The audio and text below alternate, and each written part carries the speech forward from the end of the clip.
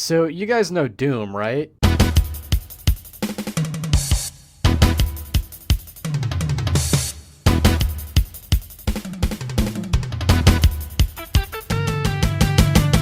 You know that game where you go to the bad place and you shoot demons and stuff? Wait, can you say demon in the first minute of a YouTube video? Whatever, doesn't matter, honestly, since we've got a lot of ground to cover. So anyways, the first Doom released in 1993, the old one, not the new one, although that one will come up here eventually. And as I'm sure you can imagine, it's a smash hit. And if id Software wasn't already the king of the FPS market after Wolfenstein 3D, then they are now. Its impact is felt throughout the gaming industry, and practically puts the first-person shooter genre on the map, even if they're called Doom clones for the next, I don't know, several years, until everyone realized that was dumb and juvenile, and so they stopped. So, the first game does astronomically well, and so obviously a sequel is put into production, and not even a full calendar year later, Doom 2 releases to much the same praise. Still the same engine, with all of the same stuff, just more. New enemies, maps, one new gun, which, yeah, it doesn't sound like a lot when you compare it to modern sequels, but you have to remember both A, many of these changes were received positively, some of them even being beloved new features of the series, although some of them weren't, we'll get to that. But also B, the game's turnaround was pretty quick, and that's the big takeaway I want you all to make here, because it's important to understanding Doom 3. Now, in between the start of 3's development and 2's release, you had 3 Quake games and some other stuff that I'm not going to go out of my way to list, but you get the idea. Id was pretty busy during this time, and all of that development time was starting to add up. Soon, it had been 6 years since the release of the last Doom game, which was still what id was mostly known for, although Quake did have several successful sequels as well as a very influential deathmatch mode. But still, after finishing Quake 3, id got to work on Doom 3 in the year 2000. It wouldn't release for another 4 years. This is why I wanted to put so much emphasis on the development cycle of these original games. To put it into perspective, if the first Doom game came out in January of 93 instead of the Christmas release date that it had, the sequel, which in this crackpot conspiracy theorist timeline had the same development turnaround, would have released in the exact same year. At that point in time, in the early 2000s, development hell was also an entirely different term. I mean, Doom 3 wasn't necessarily in development hell, it just took a really long time. But for instance, Daikatana, which also ended up being an infamous failure, took a little over 2, maybe 3 years to develop. Of course, the history of that game is worth its own video, but I'm not playing that shit.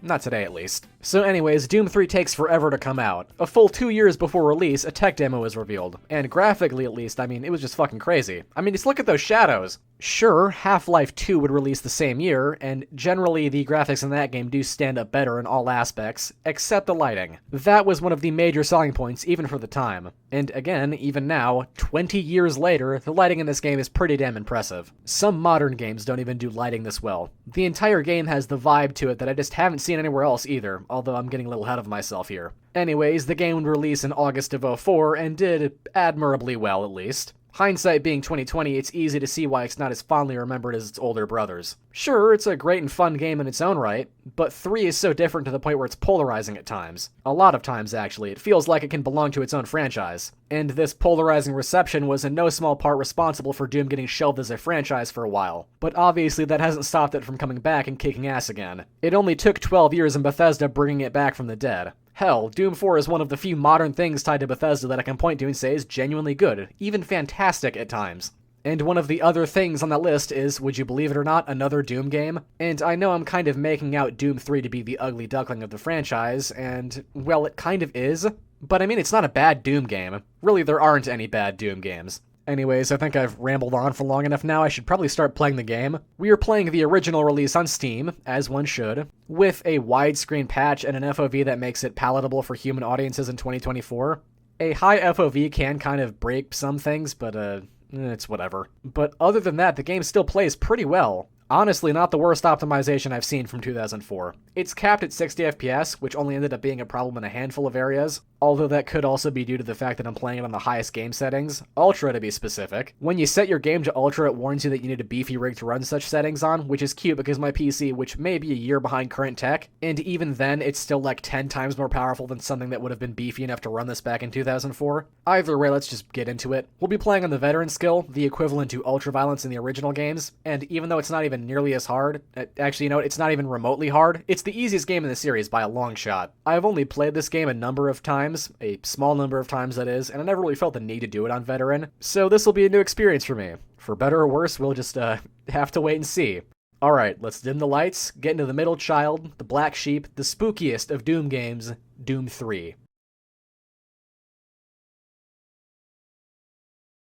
The game starts off with a pretty exposition-heavy cutscene. Basically, to sum it all up, it's 2145, and the UAC, the United Aerospace Corporation for the Uninitiated, have set up a sizable research base on Mars. That's right, the honest-to-God red planet. In most aspects of the story, this game is a soft reboot of the original game, so expect to see some familiar plot points. I mean, the story in Doom 1 wasn't exactly anything to write home about, but you still had something. Hell, the entirety of this game is basically mirroring the first episode of Doom, with like 90% of it taking place on the UAC's Mars base. We take control of this schlubby little guy, who's been sent to Mars alongside Counselor Swan and his enforcer Jack Campbell. They've been sent to Mars to whip Dr. Betruger back in shape, who is just obviously just comically evil. Amazing things will happen here soon. You just wait. Yeah, I wonder who the fucking bad guy is in this game. Anyways, our character, the Marine, that's right, he's a proper soldier boy now, not just a fucking guy. Another meat shield for what is, well, you'll see. Before we can really get into things, we need to get our PDA from this guy. It lets you read emails, watch video discs, and is basically a stripped-down phone. Well, a stripped-down cell phone at any rate. This game was also made during the height of the PDA craze, when everyone thought we'd be carrying on these bulky-ass iPad-looking things forever. You know, until we realized what was good for us. Anyways, our first objective is to head over to Marine Command to speak with Sergeant Kelly, the highest-ranking Marine on the base. Well, you can go and do that. I decided to go take a look around for 15 minutes. Like many things in this game, this first slow start was definitely one of the more polarizing aspects to it. I mean, the first two Doom games, along with all of their expansions, let you get to the shooty-shooty within the first 30 seconds maybe. But no, it really wanted to show off their fancy new tech. Or, you know, immerse the player in the world, but yeah, it's probably just to show off the fancy new stuff. The most interesting of which, at least in my opinion, are these computer screens. You can test them out here with this Super Turbo Turkey Puncher 3 cabinet in the break area. Now, obviously, games before this had computers that you can interact with. Deus Ex, System Shock, probably some other ones that aren't immersive sims, but I'm not going to look into that. But all of those forced you into a separate UI that usually paused the game. Deus Ex didn't, but you still didn't get to see the rest of the game around you. Also, yes, I am recording this on a different day. Can you tell? But here, though, everything is in real time. You can just walk up to a computer and start fiddling around with it. Honestly, super cool. No complaints. Cool features aside, let's go talk with Sergeant Kelly. Took your sweet time, Marine? Now, here's the situation. To very politely abridge everything, go find Dr. MacGuffin in the MacGuffin halls. Pretty simple. To get there, we have to go through the underhalls. Oh, I'm sorry, the Mars Underground. And when we get there, we are supplied with our standard issue equipment. A suit of security armor, a pistol, and the flashlight. Another one of the game's most polarizing features. Unlike in other games where you just get a flashlight button that activates on command, here you actually have to holster your weapon and physically pull out the flashlight as a separate weapon. Some people absolutely hate this mechanic, but I don't really mind it necessarily. It's one of those things that isn't really super problematic, since the game only ever puts enemies who fire projectiles that can light up the area around them in dark areas, which can actually lead to some fun combat encounters. If you hate it that much, you can just mod it out, or you can play the BFG edition, which has a head-mounted flashlight that can be used with any weapon, and that's one of the big reasons why I didn't want to play that version. On top of giving you extra ammo for every single weapon with every pickup, which is just superfluous. You're going to be running around with a lot of ammo in this game, so that's not a huge problem they needed to fix. Anyways, on our way to Dr. What's-His-Face, we get to cross the surface of Mars. This is something we only get to do a handful of times, which is fine because it's kind of boring. You have to collect oxygen tanks to keep your supply topped up, and even when the game does start putting enemies in these sections, they're not super difficult. Anyways, once we reach the dock... The devil is real. I know. I built his cage. I see that worked out very well. This is when the game finally begins, and tell you what, this whole Hell Invasion sequence is really well done. Actually quite spooky, probably the spookiest that the game gets. Although that's only because we're stuck with this shitty pistol for the time being. We're only up against zombies in the Z-Sec, who carry low-tier weapons and are basically analogous to the zombies of old. They can carry the pistol, the machine gun, which we'll get to, and... the shotgun. Oh boy, the shotgun. This is the most grievous sin that this game commits. The common consensus is that the shotgun is garbage in this game, and yeah, I'm not gonna argue with that, this thing is pretty fucking bad. It created and then perfected the FPS shotgun several times over, and then they give you this thing and you're like, well, what the fuck is this? Biggest problem is that you can't hit a goddamn thing with it unless you're practically on top of the enemy you're trying to kill, and even then that's a bit of a crapshoot. Then again, it kinda makes sense. I mean, the muzzle on this thing is big enough to parallel park a limousine, and you're not fooling anybody with that. Thing is, though, when it decides to be a decent weapon, which is rare, but it happens, this thing can one-hit a Revenant, which means that it's more powerful than the standard super shotgun of old, which is crazy. And speaking of that super shotgun, you think, okay, well, just hold out for that. There's no super shotgun in this game. Do I even need to comment on that, really? Anyways, with a sufficient weapon, sufficient being in very, very heavy air quotes, the game takes this opportunity to reintroduce the imps. All of the game's demons got a visual redesign to fit the darker theme, and these guys now look like this, which is, yeah. I don't personally mind most of these, but there are a few that are just, questionable. Anyways, like in the originals, the imps aren't that dangerous and make up for most of the cannon fodder you're going to be fighting for the entire game. For right now, our only goal is to work our way back up to Marine Command and link up with Sergeant Kelly. Along the way, we're going to be fighting mostly imps, zombies, and Z-Sec. Like I mentioned previously, these guys also carry the first new weapon, besides the flashlight, which I don't count, the machine gun, which is good. Just good. It is a decent enough automatic weapon. Sounds kinda weak, and it is, but it's accurate. Less so than your pistol, but the thing holds 60 rounds in a magazine, and ammo for it is everywhere. Despite this weapon's existence kind of implying that there's going to be no chain gun, the chain gun also does make an appearance, only it's been relegated to the powerful automatic weapon. Well, powerful automatic hit scan weapon anyways.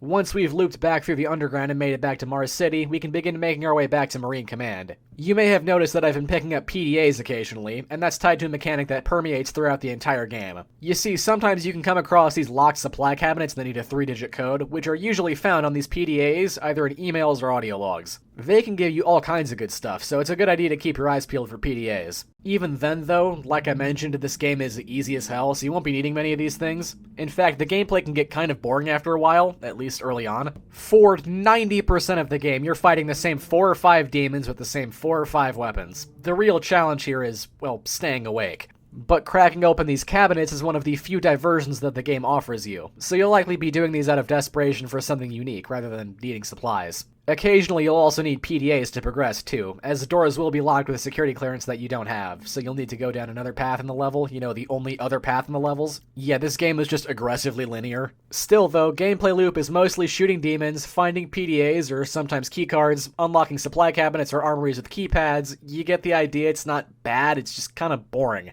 And as we know, boredom can lead to tedium. Although that point doesn't settle in really, it does get better later on, you'll see. Anyways, once we're back at Marine Command, we can contact Sergeant Kelly. He tells us to link up with the kinda sorta close by Bravo team, who are carrying a nav card that will let us contact the fleet and call in reinforcements. He directs us to head through the Alpha Labs, but we can't get there just yet, as we have to go through administration first, which is a fine enough level. You first get the grenades here, which are a decent enough explosive armament. They kind of bounce awkwardly, but you can hit stuff with them if you just let them glide across the floor. We won't be getting the rocket launcher for several hours, so if you need to blow something up, then you'll have to do with these things. Very few enemies can tank the amount of damage that these things put out, though, so you're probably not going to be using them much. And I often only ended up using them because I would switch to them instead of the plasma rifle, which is in slot 7 instead of 6 now, which is bizarre. Whatever. That's just kind of an asshole move on the developer's part, because, you know, if you're like me and you play a little bit of classic Doom every now and then, the plasma rifle is on slot 6, and so your muscle memory tells you to press 6 to go to the plasma rifle, and then you just get these weird, fucking misshapen explosive egg things. Really, though, I'm just aggressively nitpicking, but just, come on, man. Also in this level, the chain gun, which is actually really, really good, probably my favorite Doom chain gun. It feeds from its own ammo pool, which means that you'll have to save it for special occasions, and the game makes ammo for this weapon actually scarce. So you will be switching back to the machine gun. But still though, this thing rips ass. Doesn't make up for the fact that there's no real SSG, but I guess it's nice. And yeah, we can shit on Doom 3 all we want for being slow and gray and covered in darkness for like 85% of the game, all we want, but no super shotgun is just a crime against God, I'm sorry. You made the best shotgun in gaming history and then you drop it and give us this lumpy looking fucking thing as recompense? Yeah, miss me with that shit. Not like it's gonna be hard to miss if, you know, you're using the shotgun in this game. Anyways, that's it in terms of new stuff in this level. Not a whole lot, really. I know I spent a while talking about it, but all we really get here are 2 new weapons. What we do learn, though, is that Campbell and Swan are heading in the same direction we are and looking for the same thing. Only they were smart enough to bring along a BFG. We won't be getting one of those for a very long time. With all of that out of the way, though, we can now move on to the Alpha Labs. So we're, here, now. Yeah, not a whole lot to talk about here either. In the old games, every level had something at least mildly interesting in it, even if it was something, comically awful, like Slough of Despair or the Fortress of Mystery. But besides that, another thing you're going to be missing here is the game's brevity. Sure, Doom is generally backloaded with not great stuff, but you can still power through it in the entirety of 3 hours. Doom 3, on the other hand, took me a little over 6 hours to beat, and that's counting all of the cutscenes and loading times. That doesn't sound like a huge problem, but considering the fact that this game has very few aces up its sleeve, things get boring real quick. Thing is, though, this game is equally as lopsided as the originals in this regard. The final third of Doom 3 is actually pretty damn good. And I'm saying all of this now because the alpha labs are probably where most people are either going to get bored or put the game down. The game does try to spice things up here, though, with some new enemies and weapons here and there. Specifically here where we're going to meet the maggots. The first new enemy, we'll say. They're like imps, but not. They don't have a fireball attack, instead they just have a shitty lunge attack, and you're gonna hear those 3 words a lot, because a lot of the enemies in this game have that attack. The trites, cherubs, ticks, yay, fuck off game. They're not super tanky, so the game compensates by throwing swarms of them at you. Since Doom 3 was one of those games that was impossible to run back in the day, the game doesn't throw gobsmacking numbers of demons at you, apart from a handful of sections across the 6.5 hour long campaign. Normally, you'll walk into a room, Betruger will do his evil villain laugh, and then 4 enemies will teleport in. Usually one right after the other, and that gives you ample opportunity to run up and try your luck with the shotgun. And people think gambling in a video game is a new concept. Just walk up and hit the imp slot machine, for instance. It's boring, but yeah, just throw it into the pile. If there's one thing this game does get props for, which is well deserved, it's the atmosphere, which is honest to God top notch. When the game tries to ramp up the spooks, it works maybe 1 in every 4 or 5 times, but every other time still leaves you with this general sense of foreboding. Even without enemies, the game still feels hostile, and all the darkness and corpses and shit, yeah, it works pretty well. This is all helped by the sound design, which is excellent. The gun sounds range from weak to pretty meaty. The shotgun does sound really great, which is another reason why its spread is a travesty. But everything else is pretty good across the board. The music, though? Well, let's just listen to it.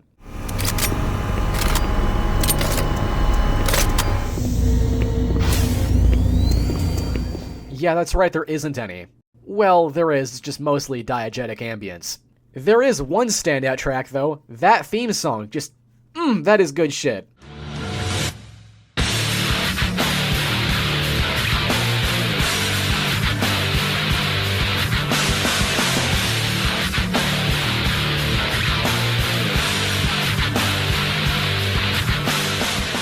Honest to God, one of my favorite tracks in the entire series. Somewhere in one of the 4 Alpha Labs levels is where you meet the Trites. They suck and I hate them. This is one of the few enemies that can actually spawn in giant hordes, which can lead to things going bad very quickly. The damage feedback in this game is just stupid. The screen shakes like a 9.5 magnitude earthquake every time you get hit, regardless of how much damage you take or the size of the enemy. Which means that you can get hit by a Trite one time and lose like 5 HP and the screen will still go crazy like this. It's just bad. There's no other, good way of putting it. It's just bad. Complete garbage. While I was stumbling around in the darkness looking for secrets, though, I managed to find myself the game's plasma rifle, which is superb. Maybe even my favorite Doom plasma rifle. It is really quite good. They also practically give the ammo away in certain levels, so you're going to be hitting the ammo cap on this thing fairly frequently. What they don't give away, though, is the pink demon, who is surprisingly rare. In the original, they'd throw swarms of them at you, but in this game, they appear almost as a mini-boss enemy. And they can take just a ton of punishment. They also just look insane. I don't know who decided to turn the old Pinky Demon into this horrible, half-metal, half-fleshy monster thing, which is probably the worst redesign in this game. I don't really hate it, but you just can't top the old Pinkies. They're just perfect. Anyways, before we can get out of the Alpha Labs, we have to fight the first of the game's many bosses. Not many. There's only 4 in the game, but that's still 2 more than the original games had. Standing in for the Spider Mastermind, we have the Vagary. Probably the only challenging boss, and the one that caused one of my few deaths across the game. She can telekinetically throw shit at you, which is the only real dangerous attack she has. She still doesn't make it past 2 attempts, though.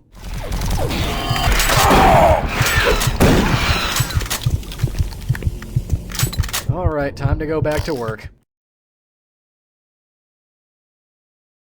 So remember how we were supposed to link up with Bravo Team and get that nav card?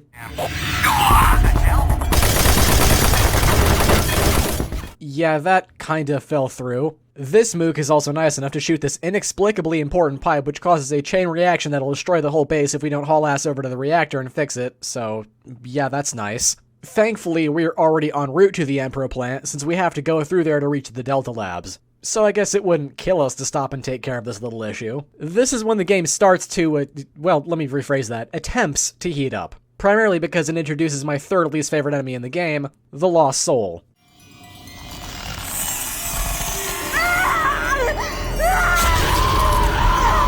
These guys were a fucking pain in the old games, but with the new problems that are introduced in 3, yeah, they're no fun. Their redesign does work though, especially since we get to see one made right in front of us, which is just fucking gnarly, man.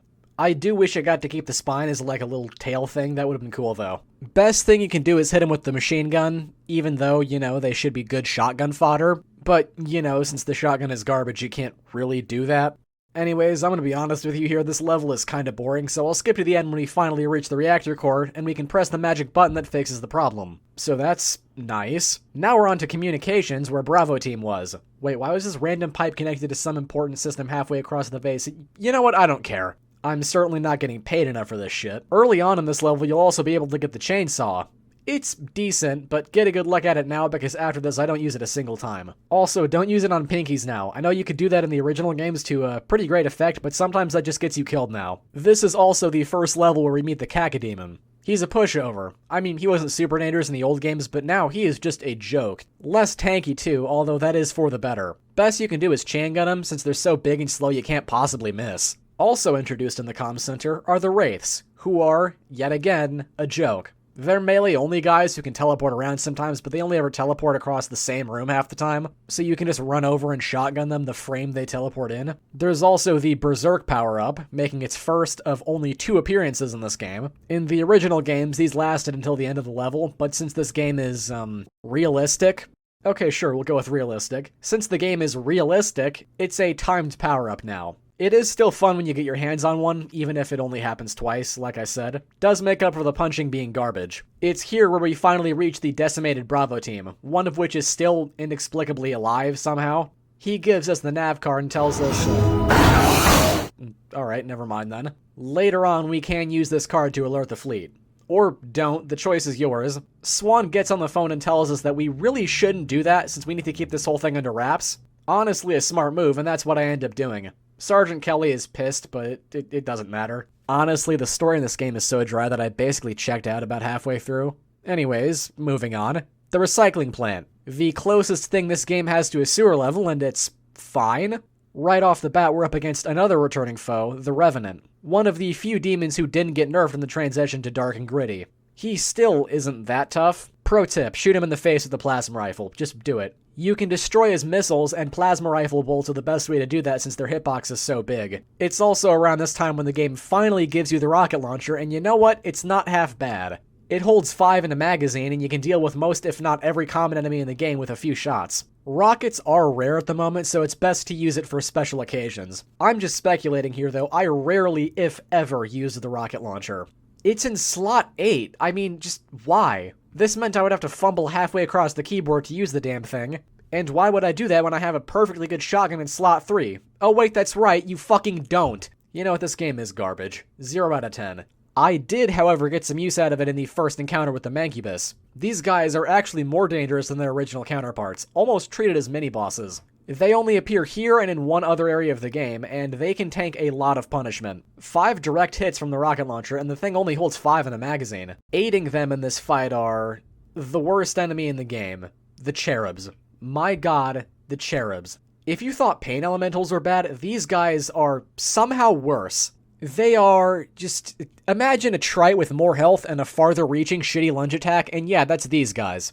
They are beyond horrendous, and since we're on their home turf, fittingly the most disgusting environment of the game, we have to deal with hordes of these guys. It is about as fun as you can imagine. Thankfully, after the Mancubus brawl of the century, the level is basically over. Just press a few buttons that I missed on my way through here the first time. That actually caused my second death in the game. Yeah, this shit right here. Annoying, but whatever. And now we've finally reached the monorail, which can hopefully take us to the Delta Labs that we've been trying to reach for the past 25 years. Of course, since this is a Doom game, the monorail ride goes about as well as you'd expect.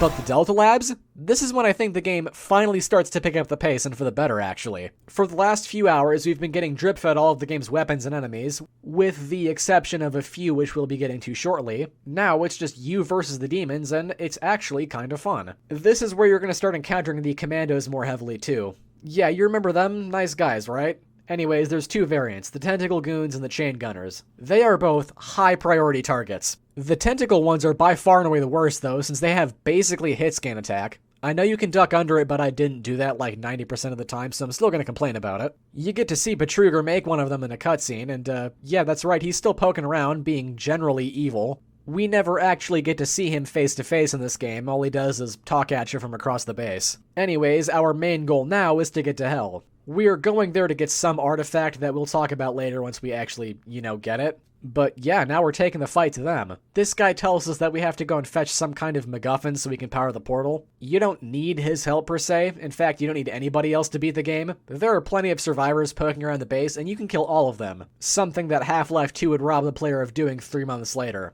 And yeah, I know that does sound kind of fucked up, but if you go looking, you can find plenty of mods that are specifically about the wanton murder of Black Mesa staff members. Sometimes these meatbags can lead you to extra supplies and stuff, but the game is so easy you never really needed to keep them alive. About halfway through the game, I just decided to let them live, for fun little lore tidbits here and there, because sometimes they do actually have semi-interesting things to say.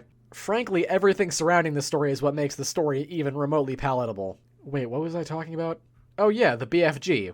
Well, not really, but this is the first chance you have to get your hands on one. It's in a semi-secret locked office that's locked with a keypad. I'm not going to tell you the code.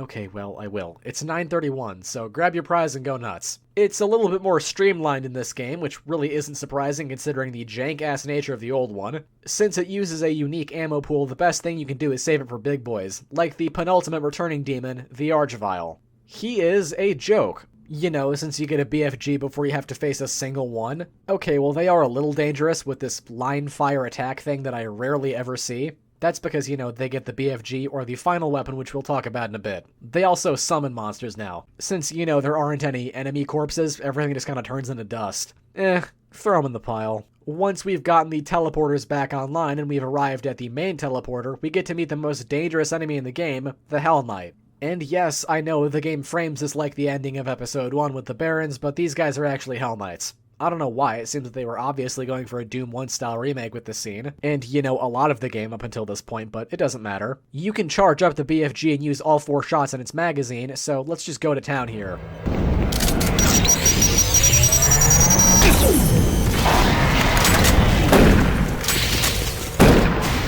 You know what, that was actually pretty cool.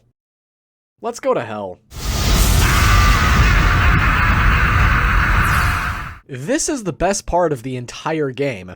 It's hard, even if only by comparison. Likely due to the fact that the game takes away all of your guns and forces you down to your bare essentials to start off with. You do still get most of them back in short order though. Shotgun, chain gun, plasma rifle, rocket launcher, the works. No machine gun, and the BFG isn't some secret that I didn't find, but I did pick up some ammo for it. Really though, this is the most memorable part of the game. It stops holding back for just long enough to feel like the good old days. I mean, it's still easy, even if one of the first things you have to do is shotgun a Hell Knight to death.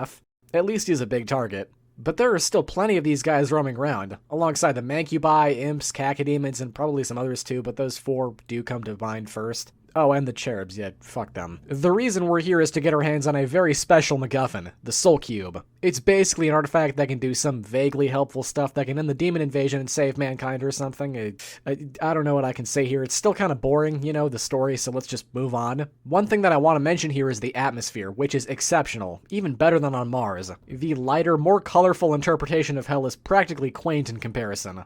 Honest to God, this may be my favorite version of hell in the entire series. Although I do think Doom 4's sections play a lot better. Probably because that entire game plays better, but that's a topic for another video. Once we've reached the end of the gauntlet, we can finally reach the Soul Cube. Only problem being that we have to kill this guy to get it. This is the aptly titled Guardian, and he's the second boss of the game. Again, a complete joke. You pump this little blue thing full of rockets until you can't anymore, shoot the seeker things, and, rinse and repeat. He's so easy that the fight takes maybe 3 minutes at most, and now, the Soul Cube is ours. Free us from our eternal prison, and we will help you. Vanquish our enemies, and we grow stronger. Yeah, you hear that? That's a force of good. Anyways, now we circle back around to the portal and head on home. It's good to be back. I'm kidding, no it isn't. Betruger is still on our ass, which is understandable. He's starting to go full-on maniac mode, which is fun because he's, if we're being honest here, the only human character anyone who played this game remembers. We are again back to square one in terms of weaponry, We are back to square one in terms of weaponry, but now we have the Soul Cube. And this thing kind of flips the balancing of the combat. You see, if you can get this thing fully charged by killing enemies, you can launch it at another enemy, preferably a dangerous one, which not only kills them in one hit, but also leeches their health back to you. The bigger the monster, the more health you get. It's pretty simple. The game throws plenty of fodder enemies at you in these next few sections to give you ample opportunities to use this thing, since now health kits and health stations are actually kind of rare. It's good practice to save this thing for tougher foes like Archviles and Hell Knights, you know, the actually dangerous enemies in this game. I rarely ever see the Archviles spawn anything after this point, they are a complete joke from now on. But since the game throws plenty of Hell Knights at you, you can't just wipe them away with the Death Cube. Not like that matters, as we get pretty much our entire arsenal back relatively quickly, barring the chainsaw and the BFG, but only for a moment. We are back in the Delta Labs, and apparently on the trail of Sergeant Kelly. According to what's left of Counselor Swan here, Kelly was working for the baddies all along, or something like that. It's not important. What is important is the fact that Swan's BFG-wielding friend, Campbell, went after him, and he hasn't reported back, so yeah, he's super dead. Even with a BFG? Embarrassing. So, we're headed off to Central Processing to track down the Sarge and deal with him the only way we know how. Central Processing is, finally, when the game decides you've been playing for like 3.5 hours, you can handle yourself now. And so it drops the hammer. And again, knowing this game, it's only one step up from a squeaky hammer, but it's a nice change of pace. Hell, you probably fight more enemies in this last fifth of the game than you do in all of the previous levels combined. The Z-Secs are gone, thank God, but the Commandos, both flavors at least, have stuck around, which is pretty bad, but the game does start dropping actually interesting dangerous enemies on you. Specifically Archviles, who finally start appearing more frequently. Not Plutonia frequently, mind you, but expect to Soul Cube a decent number of these guys. Once we reach Campbell, we can find him in not so good shape. Seems like Sarge also got the BFG, which is not good. We still won't be fighting him for an entire other level, though. And that level is, if we're being honest, kinda boring, so I'm just gonna skip right on to the boss. Like all bosses in this game, he's a pushover. One fully charged Soul Cube toss and a full magazine of rockets, and he goes down in seconds.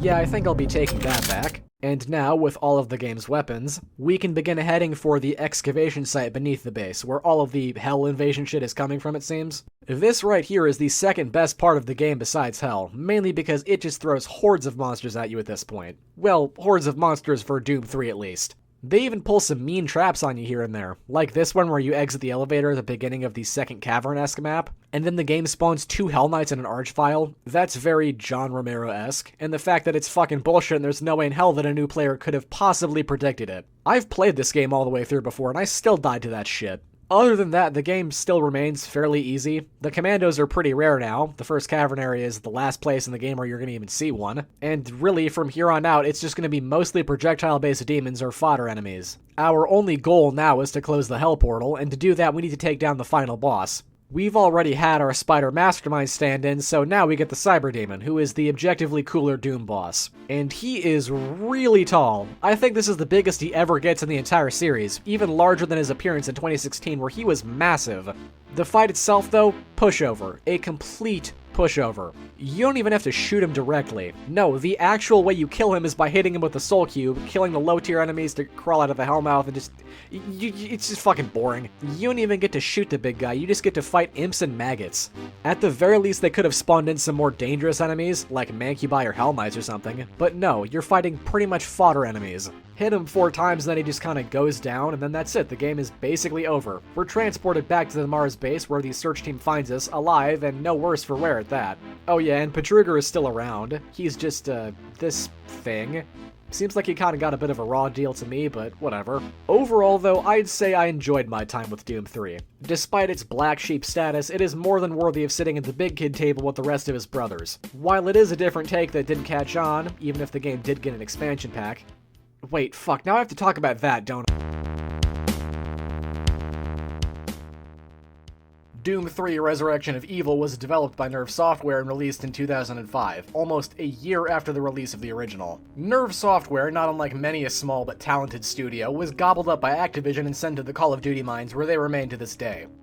Oh, wait, never mind. Anyways, this is my first time playing this expansion since, funny story, I never actually bought this game. You see, a few years after I bought the base game, I was browsing my Steam library only to see that I had a few games left uncategorized. I prefer to have everything in nice little categories so I know what's what. So I checked and lo and behold, I had somehow magically acquired a copy of both Resurrection of Evil and the BFG edition. If I'm being completely honest here, I'm not entirely sure what happened here. Maybe there was just some kind of package deal promotion going around where if you get the base game, you just kind of receive a copy of Resurrection of Evil and the BFG edition free of charge. I don't know how valid that statement is, but point is, if you have a copy of Doom 3 and none of the related expansions, check your Steam library. Anyways, I'm playing on Veteran again, because why not? This expansion is probably going to be pretty easy, considering what it's built on. Anyways, though, lore time. It's been 2 years since the demonic invasion of the UAC's Mars base. Now, seeing that things have kinda sorta died down, they decide to head right back in, because, you know, they're the fucking company, and they always know what's best. We take control of a member of a marine research team sent into the caverns beneath the base to look for something. Doesn't matter. What does matter is right here. This just comically evil-looking artifact. An artifact that our player is dumb enough to touch, which turns the rest of the team into dust and awakens whatever horrifying nightmare form Betruger is now. He sends out 3 Hellhunters to retrieve the artifact, and we're finally given control. At the moment, all we've got is a pistol, a flashlight, and the artifact, which currently does nothing. Although that won't last for long. We do amass a decent arsenal by the end of this first level. The usual suspects, shotgun, machine gun, and one new weapon that we'll get to in a second. There's a new Lost Soul-like enemy called the Forgotten One, and yeah, they suck and they're annoying and I hate them. So, yeah, I think they fit right in with everyone else. At the end of this map, though, the expansion reveals the first of its new toys, the Grabber, which it claims wasn't inspired by the gravity gun, since this was supposed to be in the base game, but wasn't for some reason. But it made it in here, so that's cool. We can see this guy catch and lob an imp fireball and throw it back, which, in terms of combat, makes it already more useful than the gravity gun on a base level. And look, the gravity gun is cool and all, but the only thing you can do to combine soldiers when there are no props around is throw grenades back, or just, I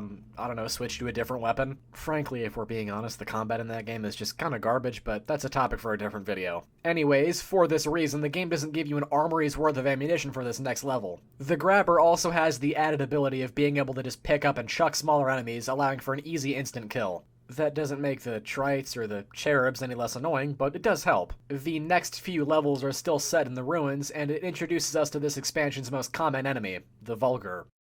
Do I even need to comment on that name? They're imps with back problems and blue fireballs. I guess the fact that they're always down on all fours does make them a little harder to hit. Oh, and also these guys reuse a scrapped model for the Archvile from an alpha build of the main game. Not saying that's a bad thing per se, I just thought that was kind of interesting. At the end of this level, the game hits you with the first Hellhunter fight, which is kind of challenging, only because of the fact that you need to use the Grabber to throw these blue projectiles at him until he dies. It takes me all of 2 minutes, and I'm still able to do it on my first attempt. When he dies, though, you get the first of 3 powers for the artifact. Hell Time, which slows down time so much that it's basically a time stop. Very, very useful in combat, especially against hit scanners, since you can just run up and obliterate them before they even have a chance to react. After some more running around in the caverns, including having to find a power cell, one of this expansion's more overused mechanics, we can take this elevator up to the Erebus labs. It's here that we're contacted by Dr. Elizabeth McNeil, the only real main character besides the player in this expansion. She's the one leading this expedition back onto the Mars base.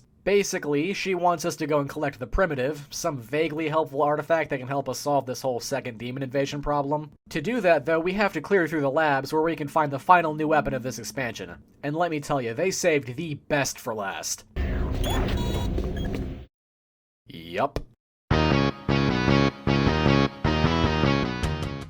The Super Shotgun is back, and it is as good as it's always been. Despite the fact that we get our hands on a demonic artifact that lets us slow down time among several other powers, more on those a little bit later, the humble Super Shotgun is my favorite weapon.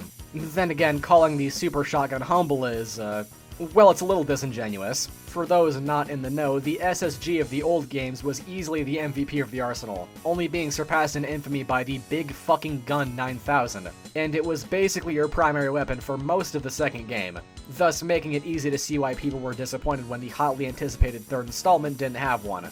That has been rectified now. This thing basically replaces the old shotgun, and the only reason why I ended up using the pump shotgun anymore was because I accidentally switched to it in the heat of combat. And now that ammunition is, back to being fucking everywhere, the rest of the arsenal seems quaint in comparison. Hell, the only other weapons that I used after this were the machine gun and the chain gun, once I got my hands on one. The rest of this level is a non-event. You go through the thing, collect the tablet, and huff it out of there. Now we're supposed to head over to meet with Dr. Cloud, who can hopefully gain some insight about the artifact from the primitive. To get to him, though, we have to go through a few more levels still, and despite the fact that these levels are really no better than those in the base game, the super shotgun, befitting of a weapon with the word super in its name, elevates any fight in the game.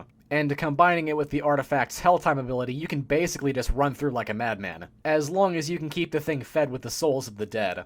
Oh yeah, I forgot, that's how you, charge the artifact. You feed it the souls of dead humans and you max out at 3 charges. That might not sound like a lot, but the game compensates by placing corpses everywhere in these early levels. Really, I dare you to run out of charges for this thing. It is almost impossible. The next level, though, does actually have something to talk about. We can finally get to Dr. Cloud's lab, where he scans the primitive only to find that it talks of how the artifact is some super awesome demon-killing thing. And, yeah, that tracks so far. Once we're done talking, he sends us off, giving us the key to the armor where we can get our hands on more weaponry. I didn't think I need anything else now that we have the SSG. I mean, we do get the chain gun out of this, though, which is pretty nice. And because this expansion is firmly in the Child's Play difficulty section, you get plenty of ammo for it. Unfortunately, though, now we're on to a sewer section. You get a rad suit and you have to collect air tanks so you don't die of asphyxiation. The game takes this opportunity to reintroduce the Mancubi and the Cherubs, 2 of the most dangerous enemies from the base game. Only one of them providing a fair fight, though. Can you guess which one? Not even the SSG makes dealing with fucking Cherubs easy, and they suck. I hate them. I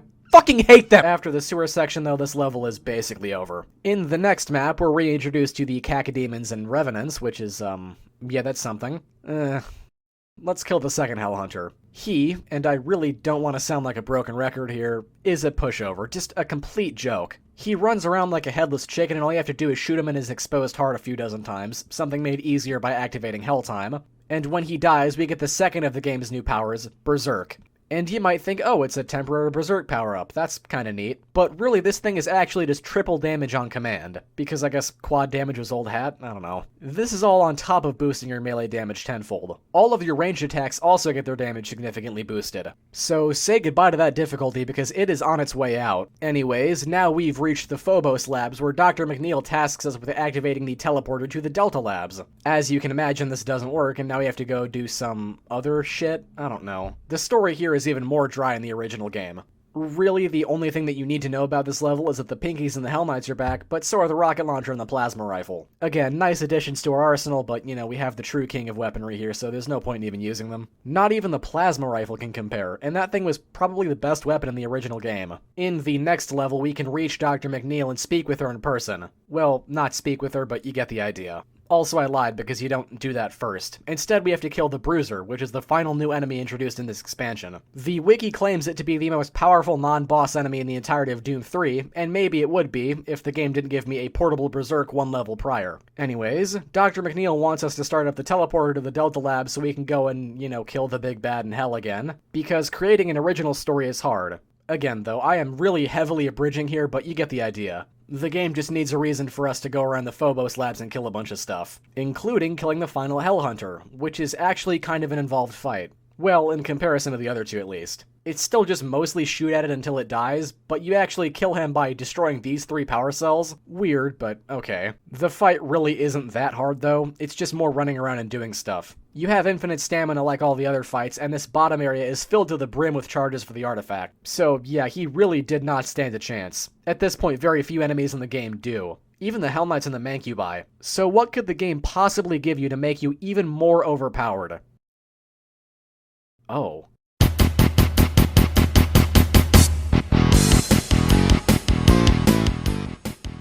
Oh my god. Whose idea was this? What absolute madman at Nerve said, fuck it, give the player portable god mode? I mean, just, what? The rest of this expansion is basically just one long, lengthy power fantasy. Nothing can touch you. Now that I think about it too, this expansion almost feels like an apology for the base game. Your shotgun sucks? Boom, have a super shotgun. Does the game feel too slow-paced? Here's a comparative horde of demons. Go nuts. You think the game is too hard? Portable invulnerability. Honest to God, on-demand God mode. Just fucking insane. After this point, any kind of challenge the game can throw at you is virtually just non-existent. After the main reactor is activated, we can loop back around to the teleporter to the Delta Labs and head on over. The game just straight up gives you a BFG here. I mean, fuck it, why not? Go crazy. And honestly, despite the fact that this game's difficulty practically fell off a cliff, this is the most fun I had while recording this video. This expansion almost reaches the energetic heights of the originals. At this point though, our only real goal is to reach the teleporter to hell. And yeah, it's the same one we used in the base game. We don't even get our weapons taken away, which is good because the difficulty finally comes back, even if it's only at the tail end of this section. There's also one fight here that I can point to as an example of whether or not you're going to enjoy this expansion. Just hordes of high-tier demons that don't even stand a chance. The hard part is juggling the amount of charges you get for the artifact, since you only get 2 or 3 in this arena on top of whatever you walked in with. Once we reach the end of the hell section though, we can finally face what's left of Betruger. The wiki says this thing's a maledict and it's probably the hardest boss in the entire Doom 3 extended universe. He's got a ton of health, can throw meteors that are actually really dangerous, this line of fire attack that got me a few times, but all it does boil it down to is just another bullet sponge boss. Actually took me a few tries though, since there are only 2 artifact charges in here on top of the 3 that I started with. He took all of my BFG cells on top of some rockets and a few belts of chain gun ammo. We don't even get the satisfaction of killing him. After a certain point, a cutscene starts and the artifact just kinda wipes Betruger's demon ass.